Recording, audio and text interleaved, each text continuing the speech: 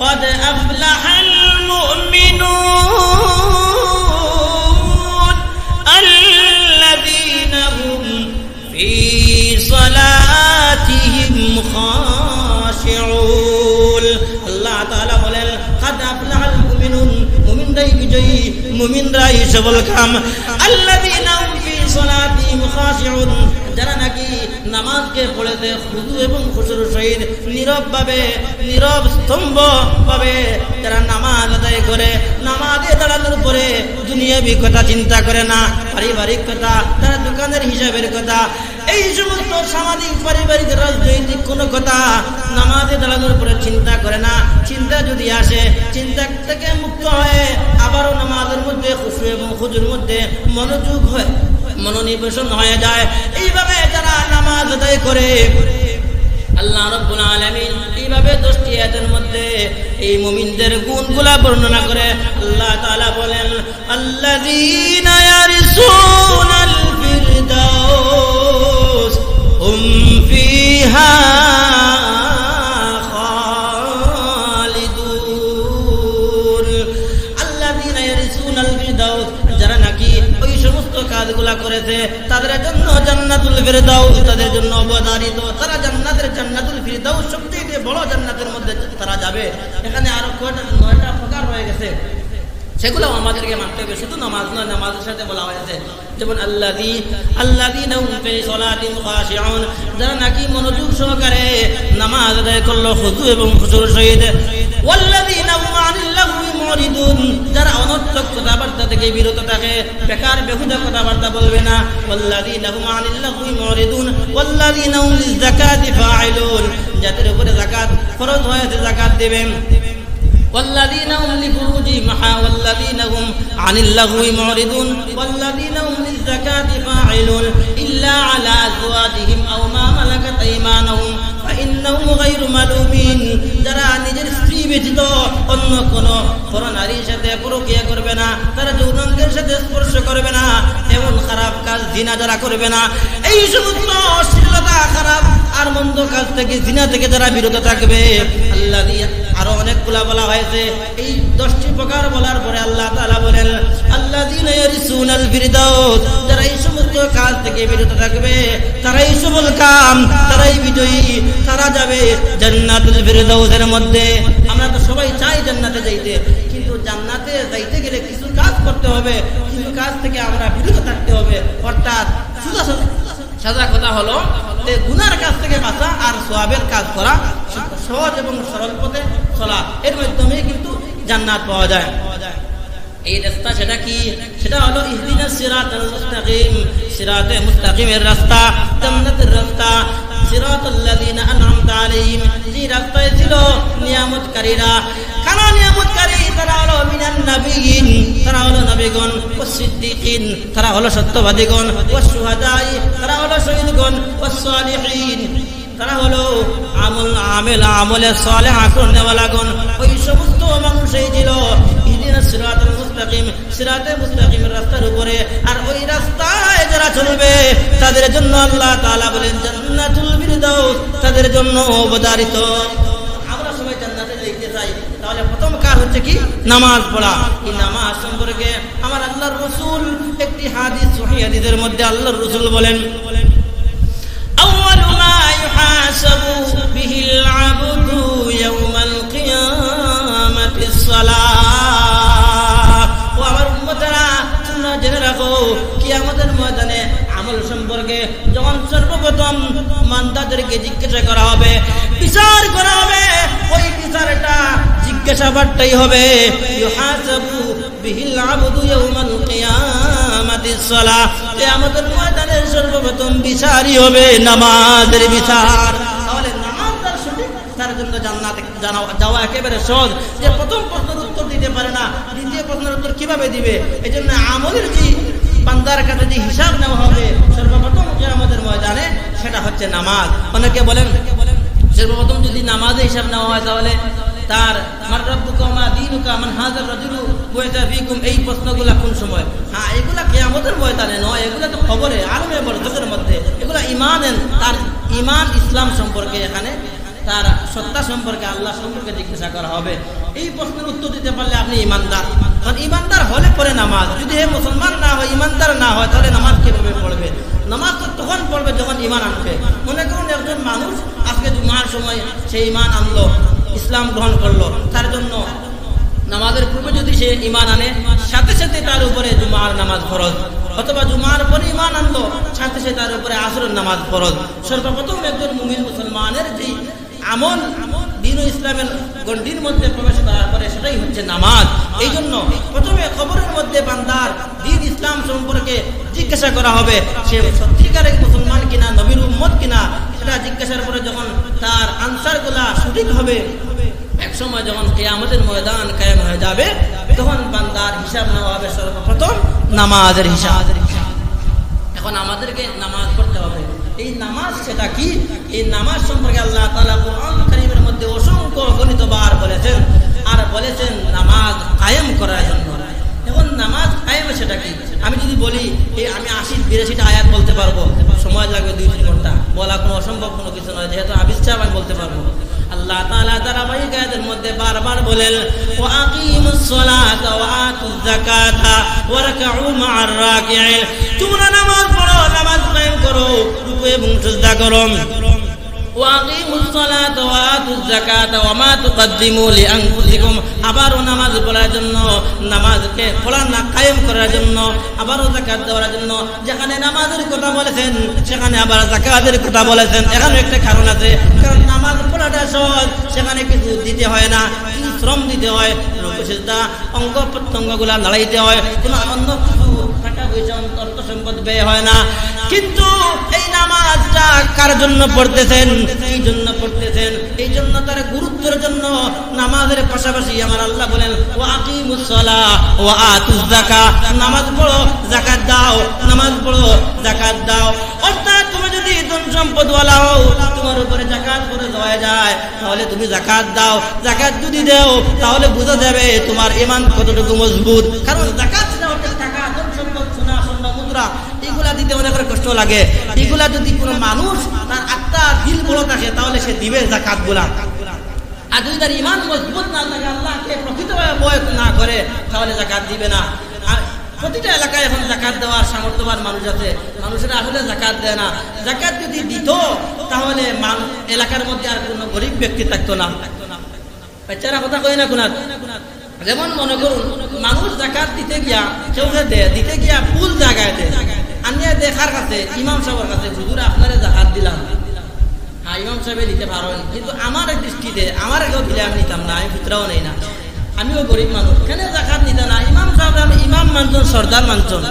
এখন নেতারে নিয়ে কেউ তার টাকা দিতে পারবো না, যে আমি তোরা বিগ দিলাম, আমার নেতা আপনিও এক্সপোর্ট চাও, গরিব নিয়ে দেওয়া হয়, চাও নেতারে নিয়ে দেওয়া যায় না। ঠিক তেমনি ইমাম সাহেব গরিব হইতে পারেন, তাহলে যাকাতের টাকাটা দিও না, দিলে মেসাবো ঠিক আছে, সাদও দিব, কিন্তু আপনি নেতা হিসাবে যেহেতু মানছেন, ইমাম মানছেন, যাকাতের টাকা না দিয়ে আপনি খুশি দিয়ে অন্য কোনো কাজ থেকে তোরা হাদিয়া করে রাখবা। আর যাকাতের টাকাটা তারে দেখবা, আপনার নিকটাত্মীয় গরিব, যে আপনার ভাই, আপনার নাতিনসা, আপনার বুড়ির বাড়ির, আপনার বোনির বাড়ির যারা গরিব আছে নিকটাত্মীয়, এরারে আগে দেও। যদি আপনার বংশ বুনিয়াদের মধ্যে, গোষ্ঠীর মধ্যে গরিব না থাকেন, যাকাত খাওয়ার হকদার মানুষ থাকেন না, তাহলে আশেপাশে প্রতিবেশীর কোনো গরিব ব্যক্তিরা যাকাত দেও। এতে গেলে এলাকার মানুষ যারা গরিব আছে, তারা আপনার কাছ থেকে কিছু টাকা বছর পাইব, 1000, 2000, 3000 করি। মানুষ বেশি মানুষ গরিব হইলে আপনি টাকার পরিমাণ কম করে দেখা, আর কম মানুষ গরিব হইলে আপনি বাড়াইয়ে দেখা। অথবা আপনার ইচ্ছা যে কোনো একজন গরিব ব্যক্তিরা আপনি গড় এখন বানাই রাখবা, একটা গাড়ি লয়ে দেখা, তার একটা উপার্জনের ব্যবস্থা করে দেখা। যাকাতটা যে কোনোভাবে আপনি আদায় করা, কোনো মানুষের মুখে হাসি ফুটাক্কা, এই হাসি ফুটানোর কারণে আল্লাহ তাআলা খুশি হইবা। আল্লাহ তাআলা হাদিসের কুদসির মধ্যে আসছে, আল্লাহ তাআলা বলেন, ও বান্দারা, আমি যখন ক্ষুধার্ত ছিলাম তখন তোমরা আমাকে কেন আহার দেও নাই, খানা দেও নাই? আমি যখন বিবস্ত্র ছিলাম, আমার কাপড় চোপড় ছিল না, তখন আমি আল্লাহকে তোমরা কেন কাপড় দিলে না? আমি যখন অর্থহীন ছিলাম, অভাবে ছিলাম, আমি আল্লাহকে তোমরা কেন অভাব দূর করার জন্য টাকা দিলে না? আমি যখন পিপাসার্থ ছিলাম, তখন তোমরা আমাকে কেন পানি পান করাইলে না? কথাগুলো খুব মারাত্মক কঠিন, যে আল্লাহ পিপাসার্থ হননি, আল্লাহ কিতা কাপড়ওয়ালা হননি, আল্লাহ কিতা অভাব হয়নি না, কিন্তু আল্লাহ তাআলা কেন হন, আমারে তোমরা কেন কাপড় দিলে না, কেন আমারে টাকা দিলে না, কেন তোমরা আমারে পানি পান করাইলে না?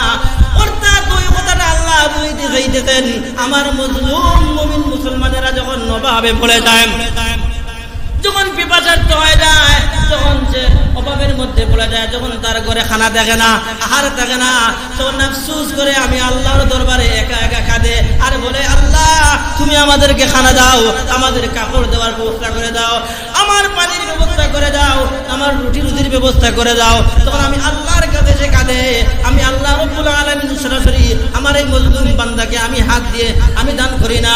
আমি এই জন্য বিধান জারি করেছি, আমার বান্দাদের মধ্যে যারা ধনী আছে, সামর্থ্যবান আছে, তারা যেন আমি আল্লাহর রাস্তায় যাকাত দেয়, অর্থাৎ আমি আল্লাহকে সরাসরি দিতে পারবে না। ওই মুমিন মুসলমান যে সমস্ত গরিব ব্যক্তিরা আছে তাদেরকে যদি যাকাত দেওয়া হয় তাহলে প্রকৃতভাবে আমি আল্লাহকে যাকাত দেওয়া হলো। যখন যাকাতের বিধান চালু হয়ে গেল তখন কাফিররা বলে, এতদিন শুনেছি মোহাম্মদ আব্দুল্লাহ ছেলে মোহাম্মদ নাকি গরিব, সে ফকির, এখন শুনতেছি মুহাম্মদের খুদা আল্লাহ নাকি গরিব। নাউযুবিল্লাহ। কারণ যাকে দেওয়া হয় স্বাভাবিকভাবে তাকে আমরা গরিব মনে করি, এখন যদি আল্লাহর রাস্তায় আল্লাহকে দেওয়া হয়, ইহুদিরা কিন্তু আল্লাহকে মানে, তারা বলতেছে এখন মুহাম্মদ এমন একটি আইন জারি করতেছে যেন লাগতেছে তার আল্লাহ নাকি গরিব। নাউযুবিল্লাহ। এই যখন যেই মাত্র কাফের মুশরিকেরা ইহুদিরা এই কথাটা বলল, তখন নিস্তব্ধ এত বিনয়ী একজন সাহাবী আবু বকর রাদিয়াল্লাহু তাআলা আনহু, কোনদিন ওনার উগ্র মিজাজ হয় নাই, উনি রাগ করেন নাই, উনি সাথে সাথে ওনার রাগ উঠে গেল এবং এমন জোরে থাপ্পড় দিলেন ওর গালে, কাফেরের গালে। কাফের তখন বিচার নিয়ে আসলো আল্লাহ রাসূলের দরবারে।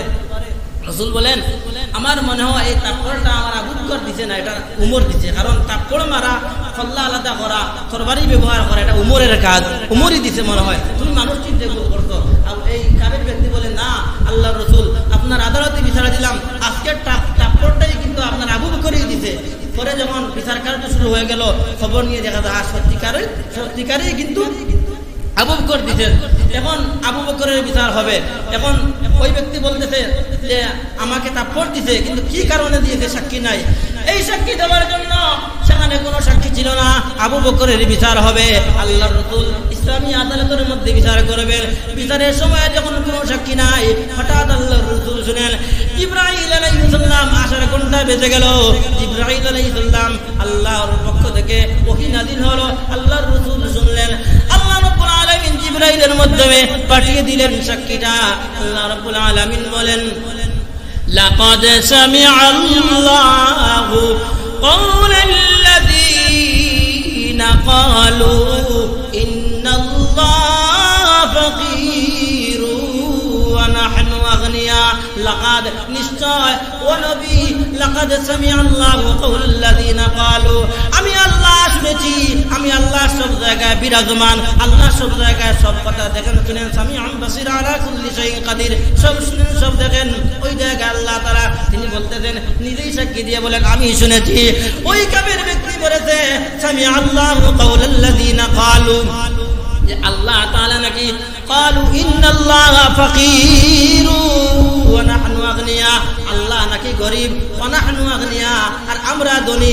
কারণ আমরা যদি ট্যাক্স দেই, আমরা যদি টাকা আল্লাহকে দেই তাহলে আল্লাহ গরিব, আর যে দিলাম সে ধনী। ওয়া নাহনু আগনিয়া, আগনিয়া মানে গানি অর্থ ধনী, আগনিয়া মানে আমরা সকল ধনী। ওয়া নাহনু, নাহনু মানে আমরা সব, ওয়া নাহনু আগনিয়া আমরা ধনী, আর ইন্নাল্লাহা ফাকীর আল্লাহ গরিব। নাউযুবিল্লাহ। এই সাক্ষীটা সরাসরি আমার আল্লাহ জিবরাইলের মাধ্যমে পাঠিয়ে দিলেন, আর ওই পাঠিয়ে দেওয়ার কারণে ওই কাফের ব্যক্তির বিচার হলো। তাহলে বোঝা গেল যাকে দেওয়া হয় তাকে শুনে যদি মনে করা হয় সেটা যাকাতের ক্ষেত্রে নয়। আপনি ধনী, আপনি গরিবকে দিবেন, অন্য লাইনে সদকা করবেন, তখন স্বাভাবিকভাবে যে নিতেছে তাকে ছোট মনে করা হয়। কিন্তু যাকাত যখন দিবেন তখন এটা মনে মনে ভাববেন না, তাহলে মনে হয় আমি গরিব, ধনী কারণে আমি আল্লাহকে দিতেছি, তাহলে আল্লাহ মনে হয় গরিব, এটা ঈমান চলে যাবে, এটা ভাববেন না। কারণ সরাসরি আল্লাহ তাআলা যাকাতটা নিতেছেন না। যারা আল্লাহ ওয়ালা, আল্লাহর কাছে অসহায় হয়ে সাহায্য চাইতেছে, তাদেরকে আল্লাহ তাআলা আপনার হাত দ্বারা আল্লাহর রাস্তায় দান করে তাদেরকে যাকাতটা তাদের হাতে পৌঁছে দিতেছেন। আমার যাকাতের আলোচনা আজকে নয়, নামাজের আলোচনা। নামাজ সম্পর্কে বলতে গিয়ে বলেছি নামাজের পাশাপাশি কিন্তু যাকাতের কথা বলা হয়েছে। এখন নামাজ কায়েমের জন্য আল্লাহ রাসূল সাল্লাল্লাহু আলাইহি ওয়াসাল্লাম বারবার বলেছেন। নামাজ সম্পর্কে আল্লাহ রাসূল সাল্লাল্লাহু আলাইহি ওয়াসাল্লাম, আল্লাহ পাক রব্বুল আলামিন আজকে তিলাওয়াত কিরাতের মধ্যে বলেন, উতলু মা উহিয়া ইলাইকা মিনাল কিতাব ওয়া আকিমিস সালাহ। ও নবী, উতলু মা উহিয়া ইলাইকা মিনাল কিতাব, আপনি তিলাওয়াত করুন ইলাইকা মিনাল কিতাব, যা আপনার উপরে যে কিতাবটি নাযিল হয়েছে, ওয়া আকিমিস সালাহ, আর আপনি নামাজ কায়েম করুন, তিলাওয়াত করুন আর নামাজ কায়েম করুন। আর পরবর্তীতে আল্লাহ তাআলা বলেন ওয়ালা উতলু মা উহিয়া ইলাইকা মিনাল কিতাবি ওয়া আকিমিস সালাহ, এই যে নামাজ পড়বেন আপনি, এই নামাজ আপনাকে কি ফায়দা দিবে, এই ফায়দা সম্পর্কে আল্লাহ তাআলা বলেন ইন্নাস সালাতা তানহা আনিল ফাহশাই ওয়াল মুনকার, নিশ্চয় নামাজ মুমিন মুসলমানকে সমস্ত প্রকাশ্য গোপনীয় সমস্ত ফাহেশা আর মুনকার সব ধরনের গুনাহ থেকে নামাজ মানুষকে বাঁচিয়ে রাখবে, নামাজই মানুষকে গুনাহ রাখার থেকে বিরত থাকবে। ওয়ালা যিকরুল্লাহি আকবার, আর এই নামাজটাই হচ্ছে সবচেয়ে বড় জিকির আল্লাহর। শুধু তাসবিহ পড়লেন আর আপনি উরুসে জিকির করলেন, এটা বড় ইবাদত নয়, এটা কোরআনের ভাষায় নয়, হাদিসের ভাষায় নয়, সবচেয়ে বড় ইবাদতই হচ্ছে নামাজ।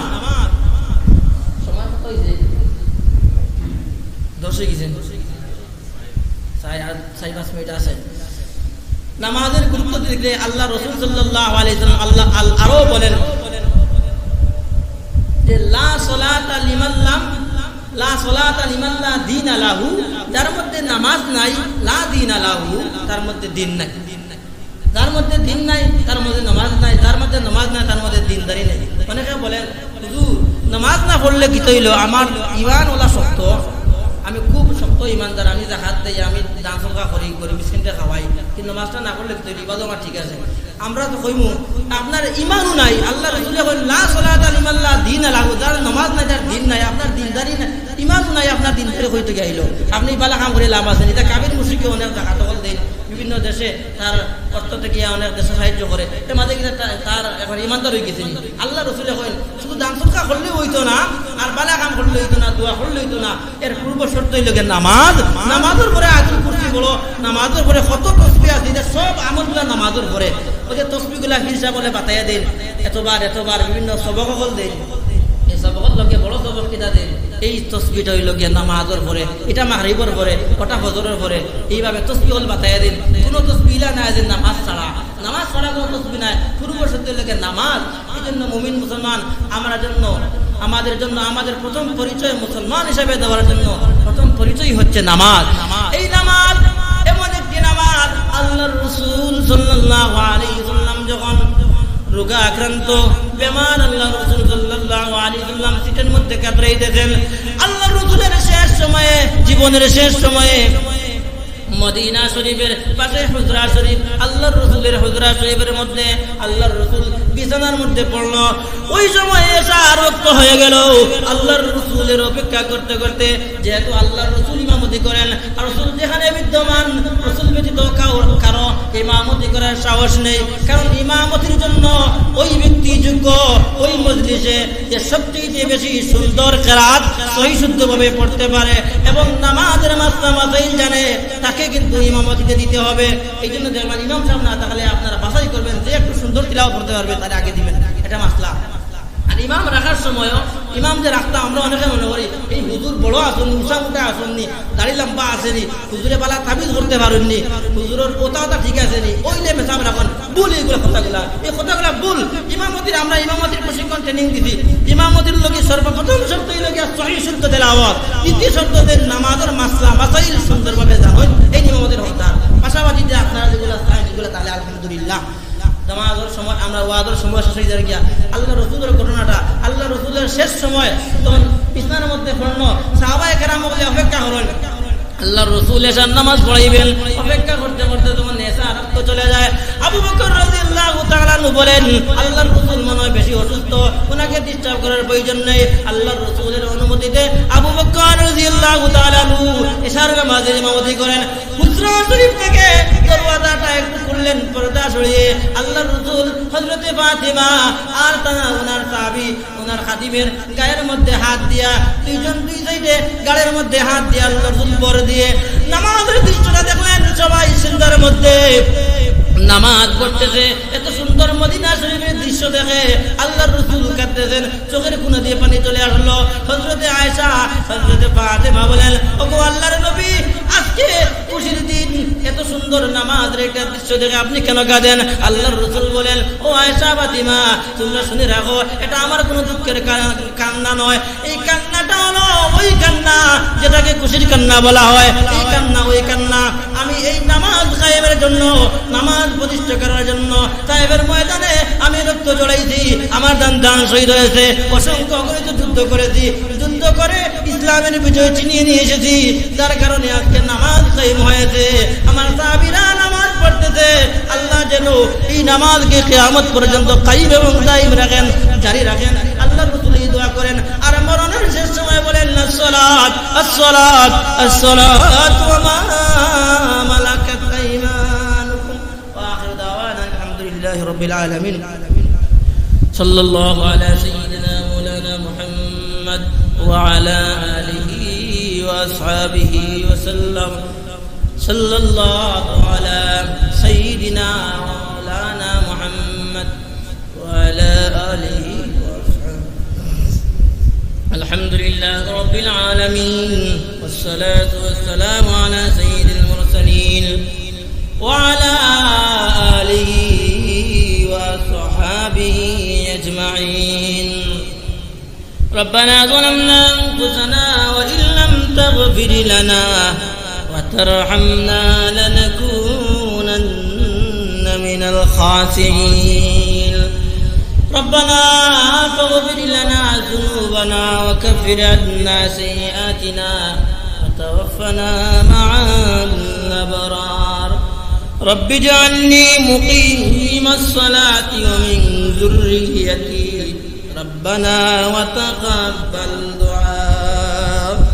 رب العالمين الله আমরা গুনাহগার বান্দা হল মওলা, মুবারকময় মাস মুহররম মাস গত হয়ে গেল, আমাদের আশুরার রোজাগুলা রব্বুল আলামিন এই মুবারকময় দিন তোমার দরবারে আমরা গুনাহগার হলে, দাঁড়ি ভাঙা মুরব্বি হলে, ওলামায়ে কেরাম হলে, হাফিজে কেরাম হলে, রব্বুল আলামিন মাসুম বাচ্চা হল, যুবক ভাইরা, পর্দার আলেম মা ও বোনেরা, আমরা সবাই তোমার কাছে ভিখারির বেশে হাত পাতাইলাম। আল্লাহ এই মুবারকময় মাসের খাতিরে আমরা গুনাহগার হলে মাফ ফরমাও রব্বুল আলামিন। আল্লাহ যত মুমিন মুসলমান হল আদম থেকে নিয়ে এখন পর্যন্ত আল্লাহ ইন্তেকাল করেছেন, শহীদ হয়ে গেছেন কারবালার ময়দান সহ, রব্বুল আলামিন সমস্ত ইন্তেকাল করনেওয়ালা মুমিন মুসলমান শহীদ হলরে মাফ ফরমাও রব্বুল আলামিন। আল্লাহ খাস করে আমরা যারা মা নাই বাবা নাই কবরবাসী, আল্লাহ আমরার কবরবাসী মা বাবা গুলোর এই মুবারক দিনের খাতিরে মাফ ফরমাও। আমরা রব্বে হকদার মায়া মহব্বত করনেওয়ালা আত্মীয় স্বজনের মধ্যে যারা কবরবাসী তারা মাফ ফরমাও রব্বুল আলামিন। আমরা জিন্দেগান মা বাবার নেক হায়াত দান ফরমাও রব্বুল আলামিন। আমরা সব কবরে জানেওয়ালা, এই কবরে যাওয়ার আগে আগে আমাদেরকে কবরের সামানা জুগলা করার তৌফিক দান ফরমাও আল্লাহ রব্বুল আলামিন। নবীজি যেইভাবে নামাজ পড়ার জন্য বলেছেন ওইভাবে সুন্নত তরিকায় নবীজির মতো আমাদেরকেও নামাজ আদায় করার তৌফিক দান ফরমাও রব্বুল আলামিন। এই নামাজ দিয়ে আমরা জিন্দেগি নামাজটা যেন মিস না হয়, আমরা নামাজ আদায় করার তৌফিক দান ফরমাও। আমরার পক্ষ থেকে রাসূলুল্লাহর রোজাত হাজার কোটি দরুদ আর সালাম পৌঁছে দাও। আর মরণের সময় এখনো মায়ার নবীর চেহারা মুবারক আন দেখাইয়া আমরার মুখের মধ্যে দাঁড়ি করে দিও কালিমে তাইয়্যিবা লা ইলাহা ইল্লাল্লাহু মুহাম্মাদুর